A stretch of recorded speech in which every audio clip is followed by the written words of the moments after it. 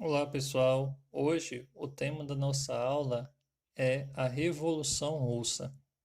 Então, como definição, podemos dizer que a Revolução Russa foi um processo de transformações político, social e econômico que ocorreu na Rússia a partir de 1917 e que reconfigurou a história da humanidade até a última década do século XX. Isso porque a experiência do regime ali adotado, o socialismo que foi adotado na Rússia, ele permitiu que outros processos históricos ocorressem, como a Guerra Fria, que durou até 1991. E a bem da verdade, até os nossos dias, a influência dessas ideias está presente na luta por mais justiça, por mais igualdade. Então, lembrando que a Rússia, ela fica na Ásia, no continente asiático, e hoje a Rússia possui o maior território do mundo, ou seja, o maior tamanho em dimensão territorial, e ela possui a nona maior população do planeta. Então, pessoal, antes de passarmos para entender o processo que levou à Revolução Russa, vamos entender alguns sistemas sociopolíticos e econômicos que iremos falar nessa aula. Então, primeiro o capitalismo, que é o sistema sob o qual nós vivemos, esse sistema sociopolítico e econômico. O capitalismo, de acordo com a visão marxista, que é baseado nas ideias de Karl Marx e Friedrich Engels, é o seguinte: há dois grupos, os capitalistas, que é quem detém o capital e os meios de produção, e há os proletariados, que são quem as pessoas que trabalham, o grupo que trabalham em troca de um salário. Então, esse grupo de capitalistas, eles detêm o capital e os meios de produção visando o lucro. E uma das principais críticas ao capitalismo é justamente as desigualdades sociais que há. E as vantagens, uma delas é a possibilidade da propriedade privada. Resumidamente, o capitalismo seria esse sistema sobre o qual nós vivemos.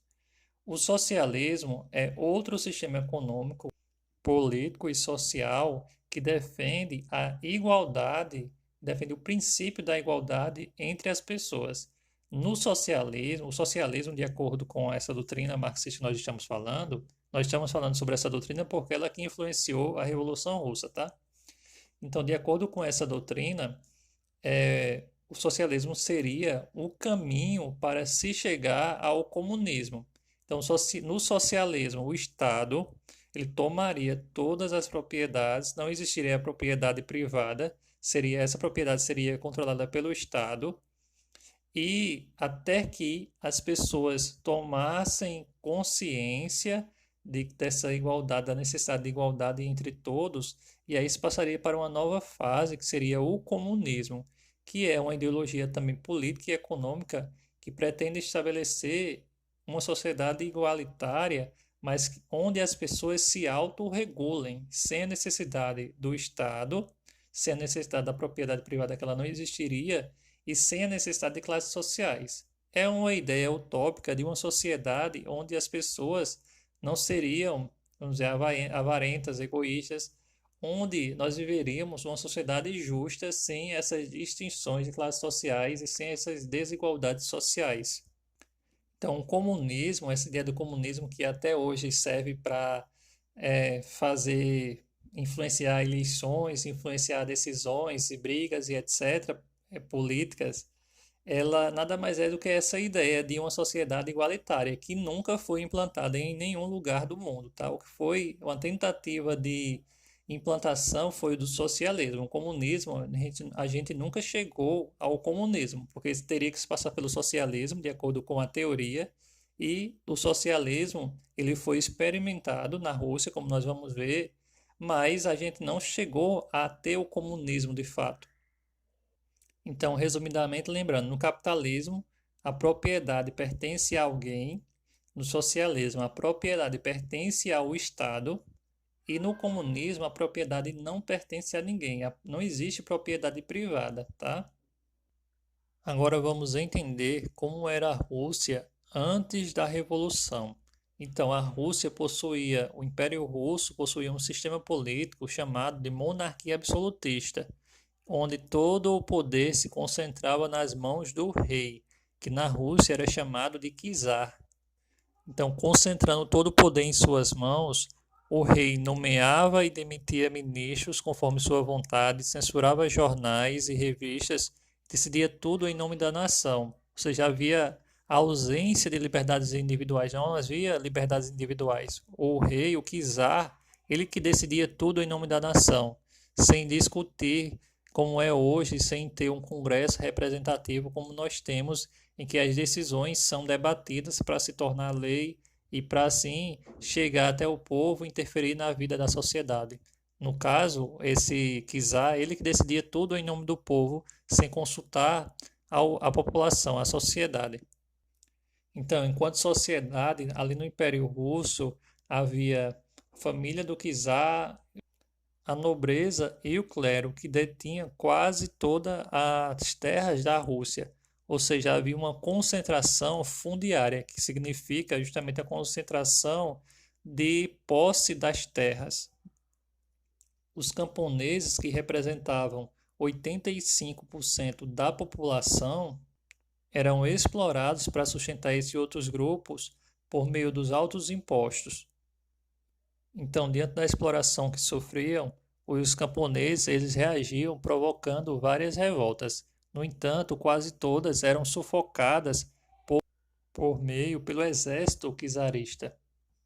Então, diante da opressão que sofriam, sem acesso à terra e vivendo em extrema pobreza, vários camponeses passaram a migrar do campo para as cidades, pois as cidades passavam por um processo de industrialização. Então, eles saíram do campo para as cidades em busca de condições melhores de vida.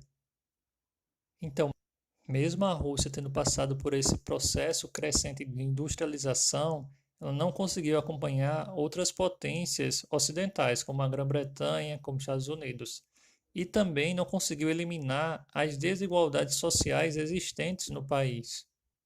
E os camponeses que haviam saído em busca do campo, em busca de condições melhores nas cidades, ao chegar para trabalhar nas fábricas, encontravam a inexistência de leis trabalhistas, risco constante de acidentes, baixos salários e jornadas de trabalho de até 14 horas por dia.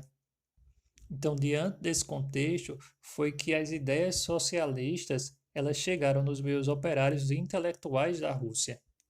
Então, as ideias socialistas que chegaram à Rússia foram construídas por Karl Marx e Friedrich Engels, que formularam o socialismo científico. Então, as principais ideias do socialismo científico estão no Manifesto Comunista, que é um documento histórico, um documento histórico escrito por esses pensadores em que eles defendem as ideias. Então, nesse livro, no Manifesto Comunista, é colocado a ideia de que a história, o motor da história é a luta de classes. E na sociedade industrial, na qual eles estavam analisando, essa luta de classes dava pelo confronto entre duas principais classes sociais, a burguesia, os capitalistas, e o proletariado, que são os trabalhadores assalariados do campo e da cidade. Então, eles acreditavam que o proletariado faria a revolução, derrubaria a burguesia do poder e assumiria o controle do Estado. Daí, todos os bens, como terras, fábricas e máquinas, seriam estatizados, ou seja, passariam para o controle do Estado. Para que nesse processo, em outro momento adiante, em outro passo, quando todos entendessem a necessidade da inexistência de classes sociais e etc., passasse para outra fase, que seria o comunismo, que é onde não haveria o Estado, não haveria classes sociais, nem a propriedade privada, como eu expliquei anteriormente. Então, essas ideias de Karl Marx, o socialismo, elas influenciaram a fundação do primeiro Partido Operário Social Democrata Russo. Obviamente, esse partido foi perseguido pelo czar, pela polícia do czar, que prendeu vários de seus membros. Então, e outros membros, os principais líderes, como Lenin, como Trotsky, eles saíram da Rússia, deixaram a Rússia e voltaram a se organizar em outros países, no exterior. Porém, é necessário dizer o seguinte: havia divergência, ou seja, diferenças de posições dentro desse Partido Operário Social-Democrata Russo. E essas diferenças ficaram claras no primeiro congresso que foi organizado desse partido, onde se destacou dois grupos: os bolcheviques, que era a maioria, que tendiam a defender determinadas ideias, que era a maioria, e os mencheviques, que eram a minoria que defendiam outras ideias. Então, os bolcheviques defendiam, tinham como líder principal o Lenin e defendiam que o poder deveria ser conquistado por meio de uma revolução socialista. Já os mencheviques, que tinham como liderança o Martov, defendiam que o poder deveria ser conseguido, deveria ser acessado por meio da aliança com a burguesia e obtendo maioria no parlamento, ou seja, por meio dos deputados. Já a estratégia para se chegar ao socialismo, de acordo com os bolcheviques, era confiar a luta revolucionária a um partido que unisse soldados, operários e camponeses.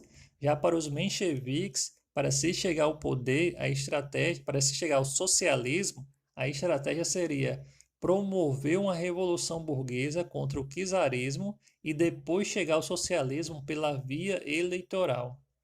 Bem, em 1905, a Rússia se envolve com o Japão, entra numa guerra contra o Japão pelo controle da Manchúria, que é uma região rica em minério situada ao nordeste da China. Então, toda guerra ela exige recursos, exige dinheiro para se manter. E diante disso, essa guerra ela gerou uma crise econômica e a Rússia saiu derrotada, gerando também insatisfação popular, o que provocou greves e manifestações. Então, no início de 1905, em janeiro de 1905, um grupo de operários em greve e suas famílias caminharam desarmados pelas ruas de São Petersburgo em direção ao Palácio de Inverno, que era a sede do governo czarista. E eles levavam um abaixo-assinado para ser entregue ao czar, pedindo melhores condições de vida, né? Pedindo que melhorasse os salários e etc. Porém, o documento nem chegou a ser entregue ao czar, pois ele mandou que os seus soldados atirassem contra a multidão a queima-roupa. Nisso, muitos manifestantes foram mortos e milhares deles ficaram feridos.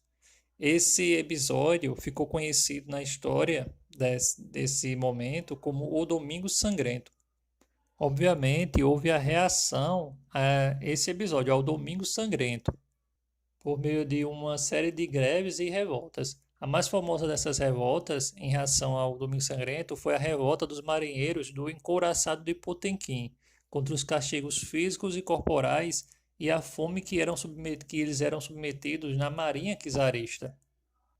Além disso, esses grupos que estavam protestando contra a ação do czar, eles se organizaram, fizeram a organização dos sovietes, que eram conselhos de representantes dos operários, soldados e camponeses.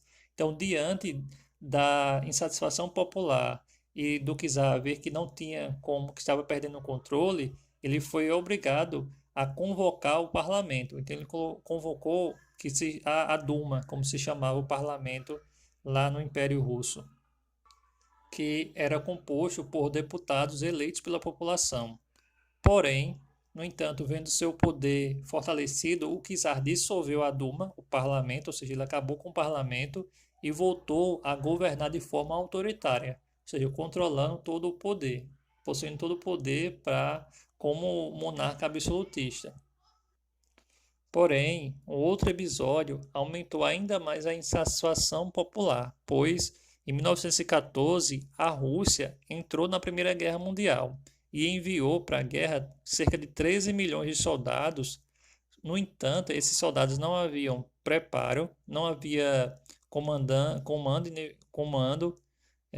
que fosse eficiente, tinha pouca aparelhagem e o abastecimento precário. Em pouco tempo, milhões de soldados morreram e também a população civil ela foi atingida, pois, como já falei, uma guerra é sustentada com dinheiro, com recursos. E esses recursos, a Rússia já passava por crises. e esse recurso sendo destinado para a guerra, isso gerou muita insatisfação popular. Então, em fevereiro de 1917, tecelãs e operários marcharam em direção ao prédio do governo, lá do governo czarista do Palácio de Inverno, e no caminho também conseguiram o apoio de soldados do exército czarista, que entregou suas armas e marchou junto ao povo. Então, unido, o povo invadiu o Palácio de Inverno e pôs fim ao czarismo na Rússia. Então, o czar e sua família foram presos e o poder ele foi transferido para o parlamento e formou-se assim um governo provisório. Esse governo provisório era liderado por políticos moderados, os mencheviques, que, para tentar conter a insatisfação popular, concedeu anistia, ou seja, o perdão aos presos políticos, e eles puderam voltar para a Rússia, inclusive Lenin e Trotsky, que passaram a reorganizar os bolcheviques. Eles também concederam liberdades individuais, a redução da jornada de trabalho e a liberdade de imprensa.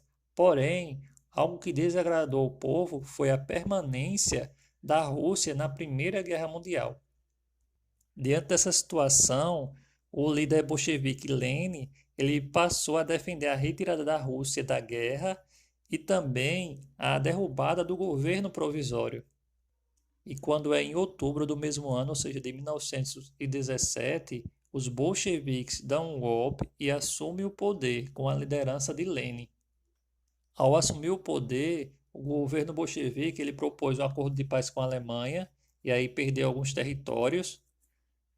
Também promoveu a reforma agrária, que é a redistribuição de terras. Então, ele confiscou as terras da família real e da nobreza e da igreja ortodoxa russa e distribuiu essas terras entre os camponeses. Nacionalizou as empresas, então empresas privadas estrangeiras que havia no país, elas foram estatizadas, passaram para o controle do Estado por meio dos soviéticos, os soviéticos que controlavam essas fábricas. Contudo, essas ações dos bolcheviques provocou a reação dos grupos dos políticos moderados, dos mencheviques, e também com apoio, com a ajuda das potências capitalistas, como a Inglaterra, Estados Unidos e Japão, eles constituíram o Exército Branco. Com isso, teve início na Rússia uma guerra civil, ou seja, uma guerra interna que durou de 1917 até 1921. E tinha de um lado o Exército Branco e do outro o Exército Vermelho, que era comandado pelos bolcheviques e tinha como líder o Trotsky. Então, durante a Guerra Civil, o governo bolchevique adotou o comunismo de guerra, ou seja, um rígido controle sobre a produção agrícola, industrial e do comércio. Isso tudo para tentar manter a guerra, manter a revolução. Também, durante esse período, foi criado os tribunais para condenar todos que fossem considerados inimigos da revolução. Então, foi naquele momento que o czar e a sua família foram condenados à morte. No final da Guerra Civil, os bolcheviques eles foram vitoriosos. No entanto, a economia da Rússia estava arrasada, estava acabada. E o povo, empobrecido, e fora que a guerra ela tirou a vida de milhões de pessoas na Rússia. Tanto pelo conflito, como também milhões de pessoas morreram por conta da fome que passaram. Então, para tentar contornar a situação econômica, o governo bolchevique adotou a NEP, que é a Nova Política Econômica, que é uma espécie de adoção de medidas capitalistas associadas com as socialistas. Então, o governo manteve a indústria de base, que é a indústria que é para a fabricação de máquinas, de ferro, entre outras. Então, permitiu também a venda de excedentes, que é o que sobra da produção agrícola, permitiu a criação de pequenas e médias empresas e também a liberdade para empréstimos e investimentos estrangeiros. Isso promoveu uma recuperação parcial, ou seja, em parte, do país. No entanto, essa liberdade econômica, essa flexibilização da economia, não significou a liberdade política. Na verdade, o que se adotou na Rússia, a partir daquele momento, foi uma ditadura do Partido Comunista. Então, as liberdades foram suspensas, a liberdade de imprensa foi suprimida e os sindicatos perderam sua autonomia e eram obrigados a obedecer às ordens, à orientação do Partido Comunista. E em 1922 ocorreu um grande congresso do Partido Comunista, e nesse congresso se criou a União das Repúblicas Socialistas Soviéticas, a URSS, ou União Soviética, como ficou conhecida. Essa União Soviética, ela congregava diferentes povos que habitavam o território russo e era formado por representantes de várias repúblicas, sendo que a principal delas era a Rússia. Então, em 1924, um dos principais líderes da revolução, o Lenin, ele morre. Com isso, tem início uma disputa pelo governo, pelo poder entre Trotsky e Stalin. O Joseph Stalin era secretário do Partido Comunista desde abril de 1922 e o Trotsky, o Leon Trotsky, era comissário de defesa e tinha tido destaque no comando do Exército Vermelho, sendo um dos principais, uma das principais pessoas como prováveis substitutos do Lenin. Cada um deles possuíam defesas diferentes de como manter a revolução. Então, Trotsky defendia que defendia uma revolução permanente.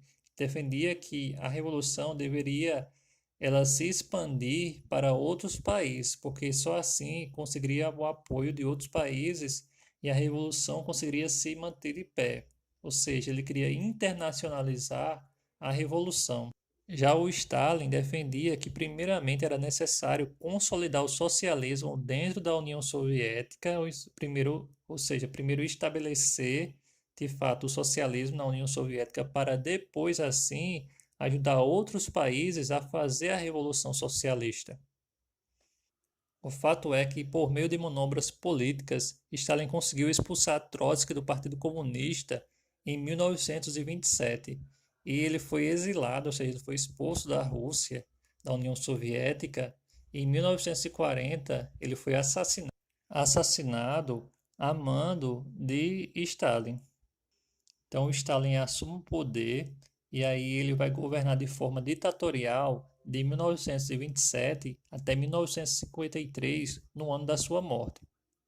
Então, durante o governo stalinista de Stalin, ele adotou os planos quinquenais, que previam um rigoroso planejamento da economia e pôs em prática a coletivação da agricultura e a industrialização acelerada. Então, o governo de Stalin obrigou milhões de trabalhadores a entregar suas terras para o Estado. Então, essas terras foram divididas, no entanto, os camponeses eles recebiam baixíssimos salários e isso gerou crise na produção agrícola na União Soviética. Já o setor industrial ele cresceu enormemente na Rússia, principalmente porque foi incentivada a indústria de base, que é aquela indústria, como eu falei, que se refere à criação de máquinas, de aço, de ferro, indústrias químicas, elétricas e etc. E no plano educacional, o governo combateu o analfabetismo e implantou cursos técnicos por todo o país. Então, a partir dessas medidas, a Rússia, a União Soviética, conseguiu, em 1940, se tornar a terceira potência mundial, atrás apenas dos Estados Unidos e da Alemanha. No plano político, como eu falei, o Stalin adotou uma ditadura, que se chamou ditadura stalinista ou stalinismo. Então, nessa ditadura, era qualquer oposição, qualquer simples suspeita de oposição ao partido era suficiente para que os cidadãos fossem mandados para os campos de trabalho forçado, os gulags. Além disso, havia apenas um partido, que era o Partido Comunista. Também ocorreu a opressão às nacionalidades, ou seja, os povos que não eram russos, mas faziam parte da União Soviética, eles passaram a ser obrigados a falar russo e viver de acordo com as regras que eram ditadas pelo governo. Também ocorreu a proibição da liberdade de imprensa e de pensamento e os julgamentos que eram forjados, ou seja, eles eram inventados contra os adversários que eles consideravam adversários, que eles eram obrigados a confessar sobre tortura, crimes que nem haviam cometido. E depois disso, eram mortos. No mundo inteiro, a propaganda que era passada do stalinismo, do período que Stalin esteve no poder, era de que ele era o protetor dos povos, que ele era o melhor amigo das crianças, o grande irmão, devido à propaganda, às mensagens, às imagens que eram divulgadas por todo o mundo. E aí muitas nações acreditavam, nações socialistas que acreditavam nesse ideal de uma sociedade socialista, acreditavam nessa propaganda que era criada. E quando se falava nas torturas, o que acontecia dentro do regime stalinista pelas potências capitalistas, muitos diziam que é porque não queria que a revolução, né, com medo da revolução acontecer. E só foi descoberto os horrores que aconteciam na ditadura stalinista após a sua morte, após 1953, que se teve notícia do que de fato ocorria na União Soviética. Então, essa foi a nossa aula de hoje, pessoal. Espero que tenham compreendido. Um abraço e até a próxima.